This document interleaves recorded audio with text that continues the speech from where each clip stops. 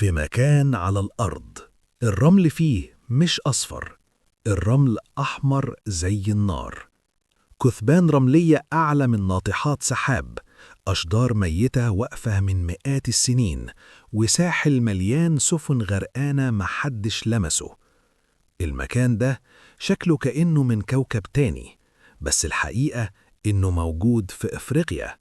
الدولة دي هي ناميبيا، وفي الحلقة دي هقولك تروح فين وتعمل إيه، وأهم حاجة، هل تستاهل السفر فعلاً؟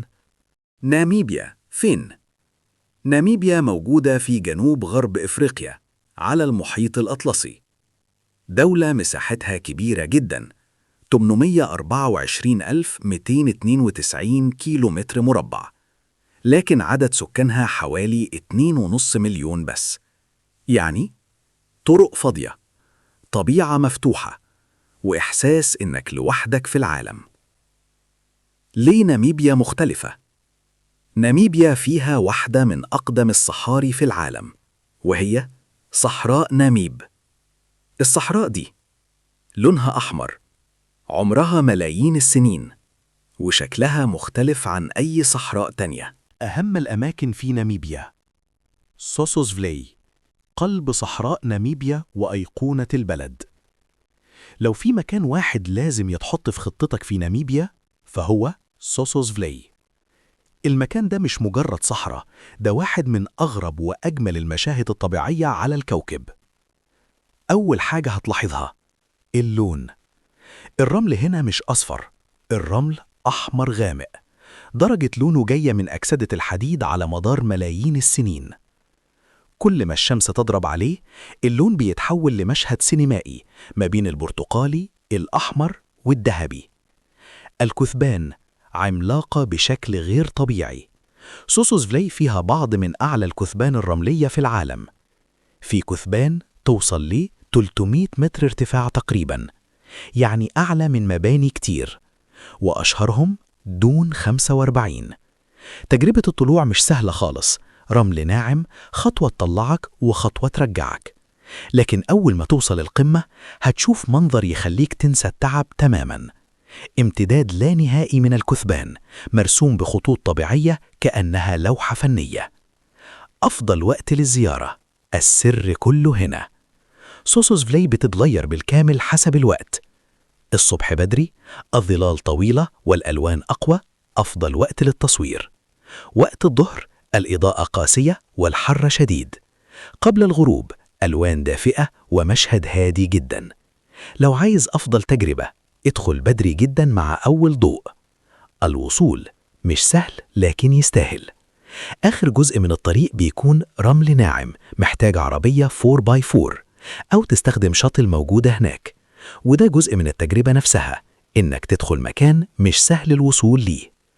الجو لازم تبقى جاهز، حرارة عالية جدا بالنهار، شمس مباشرة، مفيش ظل تقريبا. لازم مياه كتير، كاب، واقي شمس. سوسوسفلي مميزة لأنها مش مجرد مكان تتسرج عليه، دي تجربة.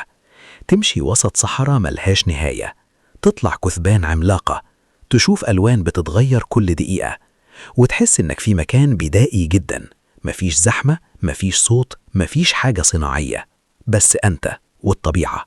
دادفلي أرض الأشباح.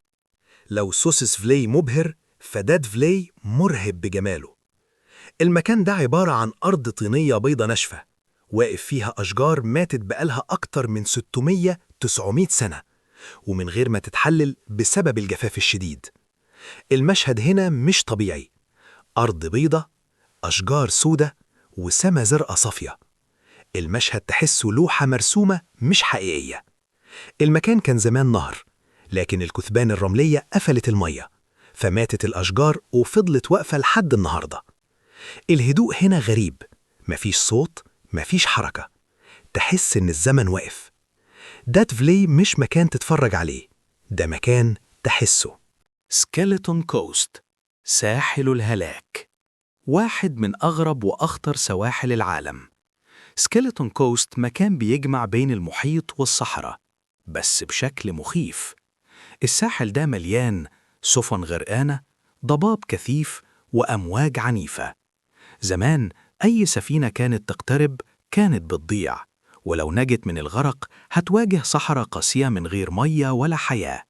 عشان كده تسمى ساحل الهلاك. المكان حزين بصرياً بس قوي جداً. تحس إن الطبيعة هنا هي اللي بتتحكم في كل حاجة. إيتوشا ناشونال بارك، سفاري بشكل مختلف. لو فاكر إن السفاري كلها شبه بعض، إيتوشا هتغير فكرتك تماماً. الحديقة دي من أشهر محميات أفريقيا، بس المختلف فيها إن أغلبها عبارة عن مسطح ملحي ضخم شبه صحراء بيضة مفتوشة. الميزة هنا إن الحيوانات مش بتستخبى كتير. ليه؟ لأنها بتتجمع حوالين مصادر المياه، وده معناه إنك تقدر تشوف أفيال، أسود، زراف، وحمير وحشية، وكل ده من غير ما تدور كتير. التجربة هنا مش مطاردة للحيوانات، هي انتظار ذكي. تقف عند نقطة مية وتستنى، وفجأة الحياة كلها تيجي لحد عندك. إيتوشا هادية بس مليانة ترقب، كل لحظة فيها ممكن تتحول لمشهد نادر. سواكوبموند، مدينة بين الصحراء والبحر. سواكوبموند من أغرب الأماكن في ناميبيا، مدينة على المحيط، لكن وراها مباشرة صحراء. المشهد هنا غريب، موج وبحر قدامك وكثبان رملية ورا ظهرك. المدينة نفسها فيها طابع أوروبي واضح، شوارع هادية ومباني بطراز ألماني قديم، بس اللي بيميزها فعلا هو الأنشطة. ساند بوردينج على الكثبان، رحلات ATV، أو حتى سكاي دايفنج فوق الصحراء. سواكوبموند هي المكان اللي تاخد فيه بريك من الطبيعة القاسية وتضيف شوية حركة ومغامرة للرحلة. مدينة صغيرة بس فيها روح مختلفة تماما عن باقي ناميبيا. تكلفة السفر في ناميبيا. ناميبيا مش أرخص دولة في إفريقيا، لكن برضو مش غالية جدا لو خططت صح. أولاً، الإقامة. الإقامة هنا متنوعة حسب المكان. هوستل أو جيست هاوس بسيط 25 إلى 50 دولار، لوج متوسط 70 إلى 120 دولار، لوج فاخر أو داخل محمية 150 إلى 300 دولار وأكتر. كل ما تبعد عن المدن السعر بيزيد. الأكل مش رخيص زي دول إفريقية تانية، لكن تقدر تديره صح.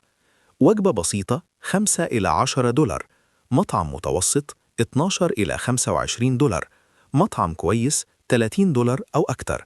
الحل الذكي، سوبر ماركت وأكل خفيف يساوي توفير كبير. المواصلات أهم بند. ناميبيا تعتمد بشكل أساسي على العربية. تأجير عربية عادية 40 إلى 70 دولار يومياً، 4x4 مهم للصحراء 70 إلى 120 دولار يومياً. بنزين حوالي 1.2 إلى 1.5 دولار للتر. لو أكتر من شخص التكلفة بتتقسم وبتبقى معقولة.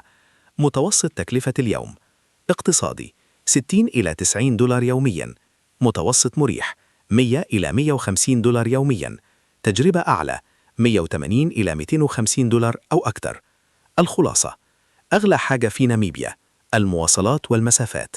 أرخص حاجة الطبيعة لأنها ببلاش، ولو عرفت تدير الرحلة صح هتاخد تجربة نادرة من غير ما تصرف أرقام مجنونة. الصعوبات في ناميبيا. أولاً، المسافات الطويلة. ناميبيا كبيرة جداً والأماكن بعيدة عن بعض. ممكن تسوق 5 ل 7 ساعات في اليوم، عادي جداً. طرق صعبة أحياناً، مش كل الطرق ممهدة. طرق ترابية محتاجة حذر، وأحياناً 4x4. البنزين مش في كل حتة، محطات البنزين قليلة، لازم تخطط كويس. مفيش شبكة، في أماكن كتير مفيش إنترنت، مفيش تغطية، أنت فعلياً منفصل عن العالم. الجو قاسي، حر جداً بالنهار، برد قوي بالليل، لازم تبقى مستعد. خدمات محدودة، مش زي أوروبا، مستشفيات قليلة، خدمات أقل. أفضل وقت للسفر مايو أو أكتوبر. ليه؟ جو ألطف، حيوانات أسهل تشوفها، حركة أسهل. طيب ناميبيا مناسبة لمين؟ محب المغامرة، اللي عايز حاجة مختلفة، صناع المحتوى، محبي الطبيعة الخام. مش مناسبة للي عايز رفاهية، أو رحلة سهلة. الخلاصة: ناميبيا مش بلد سياحية تقليدية، دي تجربة، مكان تحس فيه إنك بعيد عن العالم، قريب من الطبيعة، وشايف حاجة محدش بيشوفها.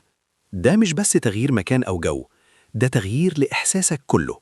ناميبيا تستاهل.